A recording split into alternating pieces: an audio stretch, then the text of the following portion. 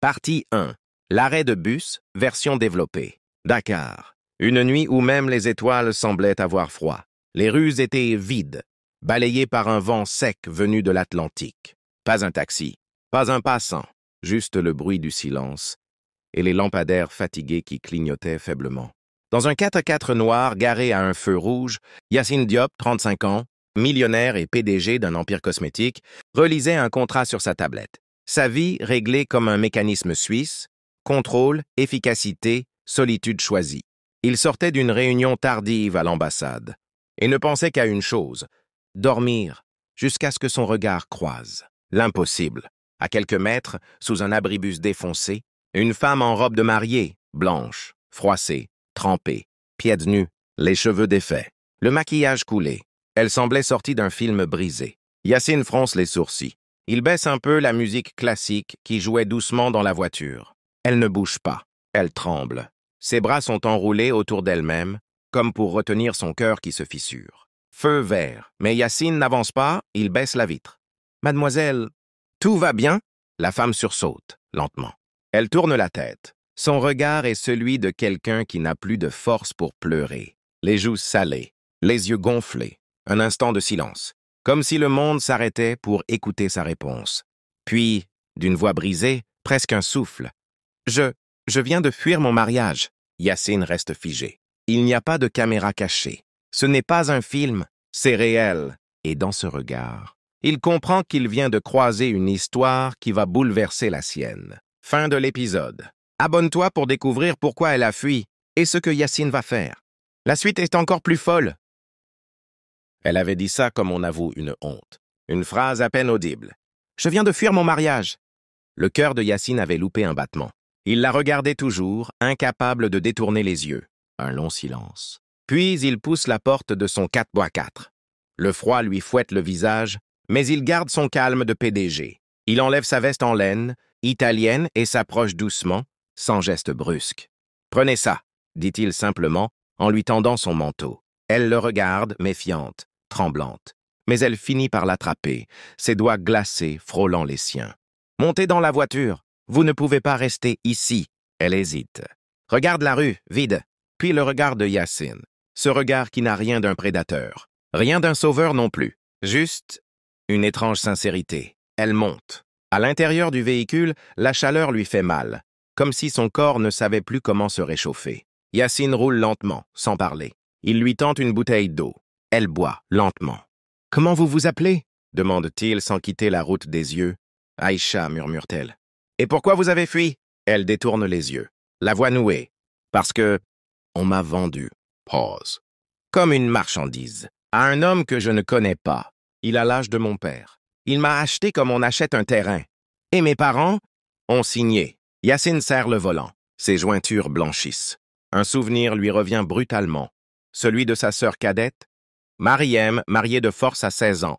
Il n'a jamais pu l'empêcher. Et elle n'a jamais souri depuis. Il respire profondément. Ils roulent en silence pendant quelques minutes. Puis il s'arrête devant un petit hôtel discret, sans enseigne lumineuse, dans une ruelle calme de Mermoz. Il coupe le moteur.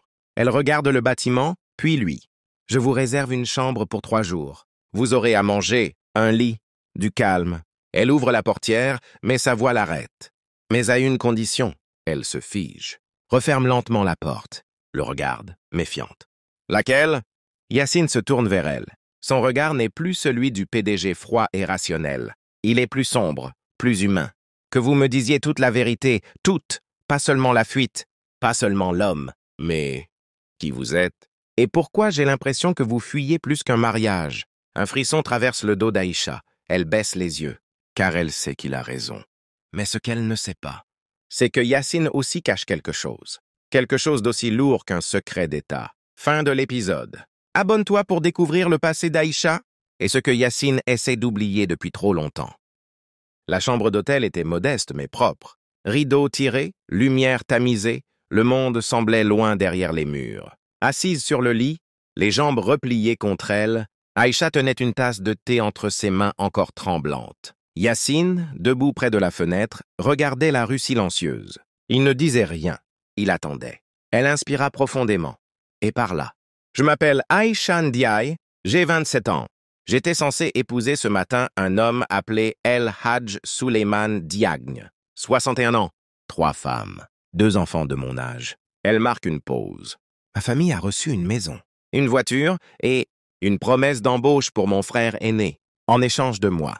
Sa voix se brise. Ma mère pleurait mais n'a rien dit. Mon père a signé sans lire. Moi, on m'a dit de sourire. Alors j'ai mis la robe. J'ai marché jusqu'à l'hôtel. Et juste avant de dire oui, j'ai couru. Un silence lourd s'installe. Yacine l'affecte. Quelque chose cloche. Et ensuite, demande-t-il. Elle détourne le regard. Ses doigts se crispent sur la tasse. Ensuite, j'ai marché, longtemps, j'ai tout enlevé. Les bijoux, les talons. J'ai erré jusqu'à cet arrêt de bus. Mais il le voit. Le trou dans le récit, le vide entre la fuite et l'arrêt. Yacine s'approche doucement. Tu ne me dis pas tout. Aïcha ne répond pas. Il y a quelqu'un d'autre, pas vrai? Quelqu'un que tu protèges? Elle lève les yeux, et pour la première fois, il y voit autre chose que de la peur. Une colère étouffée, une douleur maîtrisée. Il y a des choses que même la vérité ne peut réparer. Ces mots restent suspendus. Yacine comprend qu'il n'obtiendra rien de plus ce soir. Mais une chose est sûre, cette femme n'est pas seulement une mariée en fuite. Elle est liée à quelque chose de plus grand, quelque chose de dangereux. Et pourtant, il décide de rester, de l'aider. Il ne sait pas encore qu'en ouvrant cette porte, il vient d'entrer dans un labyrinthe dont personne ne ressort indemne. Cette nuit-là, pendant qu'Aïcha dort enfin, Yacine ouvre son ordinateur portable. Il tape un nom, El Hadj Suleiman Diagne, et ce qu'il découvre fait frissonner son sang. Fin de l'épisode. Abonne-toi pour découvrir ce que Yacine a trouvé et pourquoi Aïcha pourrait bien être la clé d'un scandale politique étouffé depuis des années. Le lendemain matin, l'hôtel est encore silencieux. Le soleil lutte pour percer les rideaux lourds de la chambre. Yacine est déjà debout. Il n'a presque pas dormi. Aïcha, elle, dort profondément, recroquevillée sous la couverture. Ses traits, d'ordinaire tendus, semblent enfin apaisés. Sur la table, son sac est entrouvert. Yacine hésite. Il se sent coupable, mais son instinct le démange. Un instinct formé par des années, à flairer les mensonges, dans les conseils d'administration, à décrypter les silences plus que les mots. Il s'approche lentement, jette un œil dans le sac sans le toucher. Et là, coincé entre un carnet et un foulard, une photo pliée. Elle est ancienne, jaunie, abîmée au coin. Il la prend, la déplie. Son cœur rate un battement. 3 hommes, un enfant, tous sourient. Ils sont debout devant une maison en briques rouges. L'un d'eux porte un uniforme militaire. Un autre, une chemise traditionnelle. Le troisième, plus jeune, serre le petit garçon dans ses bras. Mais aucun n'est El Hadj Suleiman. Yacine retourne la photo. Un mot est griffonné au dos, à l'encre bleue effacée. Fatigue, 2015, pour A, ne jamais oublier. Il relit la date. 2015, il y a 10 ans. Aïcha avait alors 17 ans. Qui sont ces hommes? Son père? Des frères? Des complices? Des cibles? Et surtout, pourquoi garder cette photo en fuyant un mariage? Soudain, Aïcha se redresse dans le lit. Ses yeux tombent sur la photo entre les mains de Yacine. Et son visage change. Elle pâlit, brutalement. Elle se lève d'un bond et arrache l'image. « Vous n'aviez pas le droit !» souffle-t-elle. Yacine l'affecte. « Alors explique-moi, qui sont-ils » Elle tremble. La photo contre sa poitrine. « Ils sont morts !» Silence. Tous les 4, morts dans un incendie. Officiellement. Et officieusement, insiste-t-il. Elle le regarde droit dans les yeux. Et pour la première fois, sa voix est froide, tranchante. Officieusement? Il savait quelque chose qu'il n'aurait jamais dû savoir. Un frisson glacé parcourt l'échine de Yacine. Ce n'est plus seulement une femme en fuite, c'est une survivante. Peut-être même un témoin dangereux. Et lui est désormais trop impliqué pour faire demi-tour. Fin de l'épisode. Abonne-toi pour découvrir le lien entre la photo, le passé d'Aïcha et ce que Yacine découvrira en enquêtant sur un incendie classé secret défense. Il était à peine 6 heures du matin. Yacine sortait de la douche, une serviette autour de la taille, encore perdu dans les questions laissées par cette photo étrange. Il allait frapper à la porte de la chambre d'Aïcha pour lui proposer de descendre, prendre un petit déjeuner discret, mais la porte était entr'ouverte. Aïcha? Rien, silence. Il pousse la porte. La chambre est vide. Le lit est fait, trop bien fait, trop propre. Aucun signe de lutte, aucun mot. Le sac n'est plus là, les vêtements non plus. Elle est partie, ou plutôt, on l'a prise. Un frisson lui traverse l'échine. Il redescend à la réception. Interroge le veilleur. La demoiselle? Elle est partie ce matin, monsieur, vers 5 heures, avec 2 hommes, une voiture noire. Elle semblait connaître l'un d'eux, Yacine Blémy. 2 hommes, voiture noire. Connaissez l'un d'eux? Ou forcé à faire semblant? Il retourne dans sa voiture. Essaye de l'appeler. Boîte vocale. Encore et encore. Rien. Soudain, son téléphone sonne. Numéro masqué. Il hésite, puis décroche. Yacine Diop. Une voix grave, froide, sans émotion. Ce n'est pas ton histoire. PDG, oublie-la, tu as de l'argent? Des affaires, une réputation. Reste à ta place, sinon, tu sautes avec elle. Pip! Yacine serre le téléphone à s'en faire blanchir les phalanges. Il pourrait faire ce qu'on attend de lui. Fermer les yeux, passer à autre chose. Mais quelque chose au fond de lui refuse. Pas seulement pour Aïcha, mais parce que cette voix, il la reconnaît, très légèrement. Un ton, une intonation, un souvenir enfoui. Il ouvre son ordinateur portable, accède à un ancien dossier crypté et commence à creuser. Fatek Incendi 2015 Mort Suspectus. Des noms apparaissent, des photos, et parmi eux, un visage qu'il n'aurait jamais imaginé retrouver. Quelqu'un qu'il pensait être de son côté. Fin de l'épisode. Abonne-toi pour découvrir qui est derrière l'enlèvement et pourquoi Yacine va devoir trahir ses propres alliés pour retrouver Aïcha. Les jours suivants furent un tourbillon. Yacine n'était plus le PDG méticuleux, celui qui planifiait tout à l'avance. Il était un homme traquant une ombre, animé par une obsession qu'il ne comprenait même pas lui-même, retrouver Aïcha. Il remonte le fil, les noms liés à l'incendie de Fatik en 2015. Une affaire étouffée par l'État. Officiellement, explosion de gaz dans une maison isolée. Officieusement, un dossier confidentiel, que seuls les services secrets ont le droit de lire. Mais Yacine a ses accès, ses contacts. Il paie un ancien journaliste d'investigation pour creuser. Et ce qu'il découvre? Le glace. Aïcha Ndiaye n'était pas une simple jeune femme vendue pour un mariage arrangé. Elle est la fille adoptive d'un ancien militaire disparu dans des circonstances troubles. L'un des hommes sur la photo, il aurait, avant sa mort, menacé de révéler l'existence d'un trafic d'influence impliquant des ministres, des juges et même l'ancien président. Et le plus fou, le mariage d'Aïcha avec El Hadj Suleiman était un camouflage. Un moyen de la neutraliser, de l'acheter, de la faire disparaître dans un foyer doré, silencieux. Un prix pour acheter son silence. Mais une question ronge Yacine. Pourquoi elle est montée dans sa voiture cette nuit-là? Pourquoi lui? Elle aurait pu fuir ailleurs, chercher refuge dans une ONG, un consulat. Et surtout, pourquoi lui cacher encore tant de choses? Il tape son nom dans toutes les bases de données. Il remonte jusqu'à une fondation pour orphelins qu'il a soutenue 10 ans plus tôt. Une photo, un nom familier, un regard. Aïcha était là, petite, souriante. Elle avait croisé sa route. Des années avant, il n'arrive plus à penser clairement. Chaque pièce du puzzle le ramène à elle. Et chaque minute qui passe sans la voir lui fait plus mal qu'il ne veut l'admettre. Finalement, une piste, un appel, une voix brouillée. Si tu veux la voir vivante, viens seul. Pas de police, pas de traces. Lieu, une maison isolée près de Thiès. Il part, seul. La maison est délabrée. À l'intérieur, l'air est moite. Et au fond, dans une pièce fermée par des chaînes, elle est là, assise, amaigrie, fatiguée, mais vivante. Quand elle le voit, ses yeux se remplissent de larmes qu'elle ne laisse pas tomber. « Pourquoi t'es venu ?» demande-t-elle. « Parce que j'ai plus le choix. J'ai besoin de savoir. »« J'ai besoin de toi !» Elle détourne le regard. « Tu ne comprends pas. Approcher de moi, c'est brûler tout ce que tu es. Tu perdras ton nom, ton empire, tout. » Yacine s'approche malgré tout, lentement, et pose une main sur la sienne. « Alors brûlons ensemble. » Un silence, une étincelle. Et dans cette pièce sombre, pour la première fois, plus de peur, plus de rôle, juste 2 âmes dénudées, mais dehors on les observe. Et ce qu'ils ignorent encore, c'est que cette passion naissante va déclencher une guerre. Fin de l'épisode. Abonne-toi pour découvrir la suite. Qui sont ceux qui veulent les séparer? Et jusqu'où? Le silence qui suivit leur étreinte n'avait rien de paisible. Aïcha, affaiblie, somnolait contre le mur de la chambre. Yacine, lui, fixait la nuit noire par la fenêtre cassée. Il avait promis de la protéger, mais il ne savait plus de quoi ou de qui. Son téléphone vibre. Un message, crypté. Une seule phrase envoyée par un ancien ami des renseignements. « Attention à ton ombre, elle te suit depuis le début.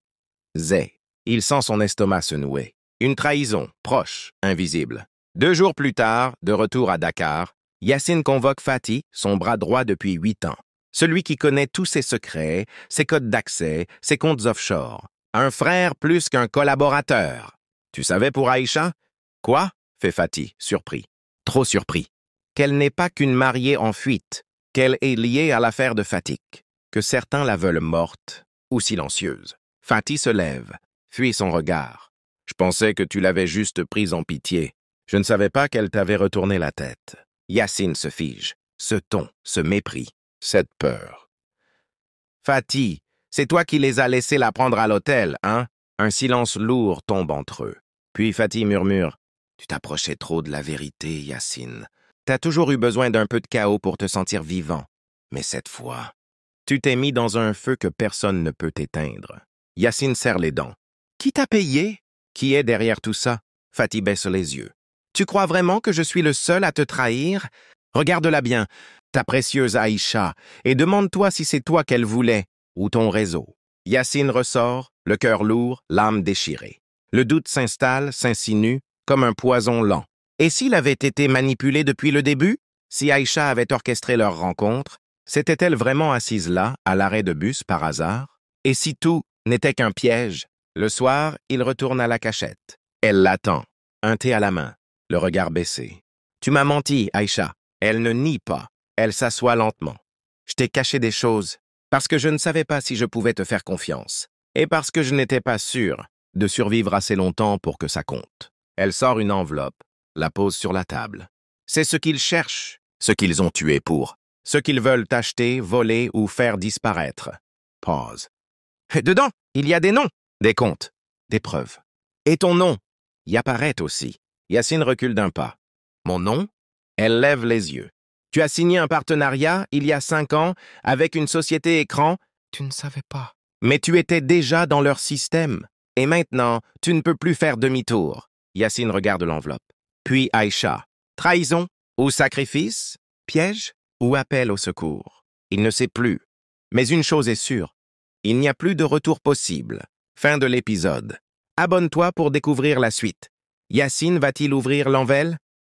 L'enveloppe est posée entre eux comme une bombe silencieuse. Dans la pièce, le temps s'est figé. Dedans, les noms des responsables, les comptes offshore, les signatures, et parmi eux, celui de Yacine. « Tu veux que je lise ça ?» murmure-t-il. « Non, » répond Aïcha. « Je veux que tu décides si tu veux toujours m'aider, même si ça veut dire tomber avec moi. » Un silence.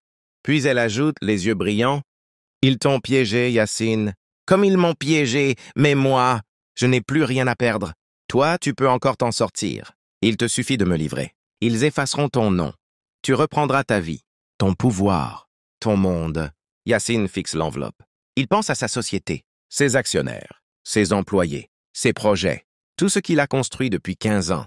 Il pense à Fatih, à la trahison, à son nom inscrit sur cette liste, à sa sœur Mariem, à Aïcha. Et il comprend que le monde qu'il a bâti ne vaut plus rien s'il doit l'échanger contre le silence. Le lendemain matin, la presse explose. Scandale financier. Yacine Diop, accusé de complicité de blanchiment à grande échelle. Des documents fuités révèlent des liens entre plusieurs entreprises sénégalaises et une vaste corruption politique. Sa photo fait la une. Ses comptes sont gelés. Des convocations pleuvent. Des associés se détournent. Des juges exigent sa présence. Tout ce qu'il avait s'effondre. Mais Aïcha est là, libre. Et pour la première fois depuis longtemps, Yacine se sent vivant. Ils se cachent ensemble. Quelque part dans le sud du pays, un petit village près de la Casamance. Une case, une lampe tempête, le bruit du vent dans les manguiers. « Tu savais ce que ça te coûterait ?» dit-elle. Il hoche la tête. « Oui, mais ce n'est pas le prix que je regrette. C'est d'avoir vécu si longtemps sans savoir ce que ça voulait dire. Protéger quelqu'un au lieu de se protéger soi-même. » Elle le regarde, silencieuse, bouleversée. Puis elle tend la main. Il la prend. Dans la chute, ils ont trouvé un refuge. Et peut-être une vérité. Mais au loin, dans une salle obscure, quelqu'un les regarde. Une silhouette devant plusieurs écrans. Un nom clignote.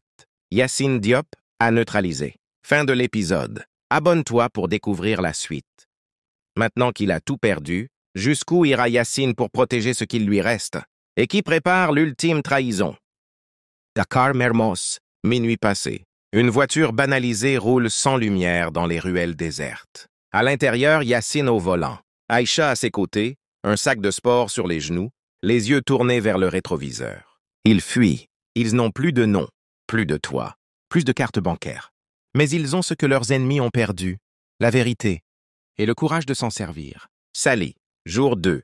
Ils trouvent refuge chez un vieux contact de Yacine, un ancien douanier à la retraite. La maison sent le sel et les souvenirs. On y parle à voix basse, on y mange vite, on ne pose pas de questions. La nuit, Aïcha tremble dans son sommeil. Yacine reste éveillé. Il pense à son entreprise, à sa vie d'avant. Il se demande pourquoi il ne regrette toujours pas. Et surtout, pourquoi chaque fois qu'elle lui parle dans l'obscurité, il sent son cœur battre plus fort que dans toutes ses réunions de conseil. D'administration réunie. Saint Louis, jour 5.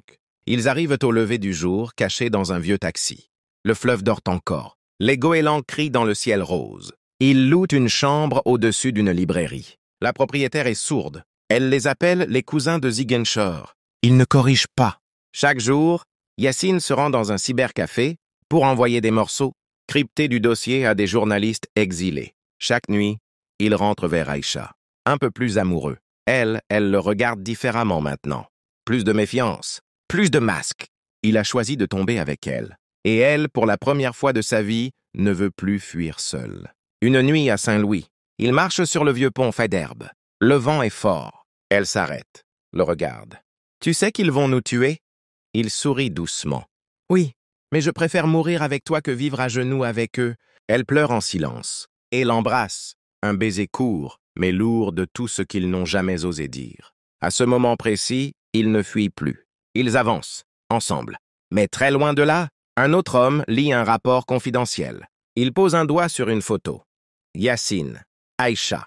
Puis il murmure « Localisez-les. Cette fois, on les laisse pas s'échapper. » Fin de l'épisode. Abonne-toi pour la suite. La dernière étape de leur fuite. Et la vérité finale qui pourrait faire tomber un gouvernement entier. Des mois ont passé. Le scandale a fait le tour du monde. Des journalistes exilés ont publié le dossier. Des noms sont tombés. Des ministres, des juges, des généraux. Certains ont fui. D'autres ont été arrêtés. Mais ni Yacine ni Aïcha ne sont réapparus. Ils étaient devenus des fantômes avec un passé brûlant, mais vivants, ensemble. Aujourd'hui, une plage quelque part en Afrique de l'Ouest. Le sable est chaud. La mer tranquille. Les invités sont vêtus de blanc. Ils sourient. Ils savent ce que ce moment signifie. Ce n'est pas un mariage mondain. C'est un acte de résistance. Une promesse publique. Un dernier pied de nez au destin. Yacine, en costume simple, attend au bout d'une allée fleurie. Son regard est tourné vers l'horizon. Puis il la voit. Aïcha. Elle marche, pieds nus sur le sable. Une robe blanche fluide, sans dentelle ni bijoux. Ses cheveux sont relevés simplement. Elle n'a pas de bouquet. Elle n'a pas de voile. Elle n'a que son regard. Et cette fois, elle ne fuit pas. Chaque pas est une victoire. Chaque sourire qu'ils échangent est une cicatrice qui se referme. Les invités les entourant, des pêcheurs, des journalistes, des anciens camarades de lutte, une poignée d'anonymes devenus alliés. Personne ne parle, personne ne filme.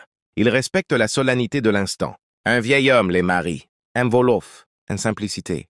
Quand vient le moment de dire « oui », Aïcha prend une pause. Elle regarde Yacine dans les yeux et murmure « Je n'ai plus peur ». Yacine répond, les larmes dans la voix. « Et moi, je n'ai plus besoin de fuir, parce que je t'ai trouvé. » Ils s'embrassent, sous les applaudissements, sous les chants, sous le soleil qui descend lentement. Ils n'ont pas d'état, pas de fortune, pas de statut, mais ils ont l'essentiel. La liberté, la vérité, et un amour né au cœur du feu. Épilogue. Plus tard, bien plus tard, un livre circule sous le manteau. Son titre, L'envers du pouvoir, par A.D. Nwidi. En couverture, une photo floue. Une femme en robe de mariée, pieds nus, à un arrêt de bus. Et en quatrième de couverture, une phrase. Cette fois, elle est allée jusqu'au bout de l'allée. Fin de l'histoire. Merci d'avoir suivi cette saga. Abonne-toi pour la prochaine histoire, car parfois, les amours impossibles sont les plus vrais.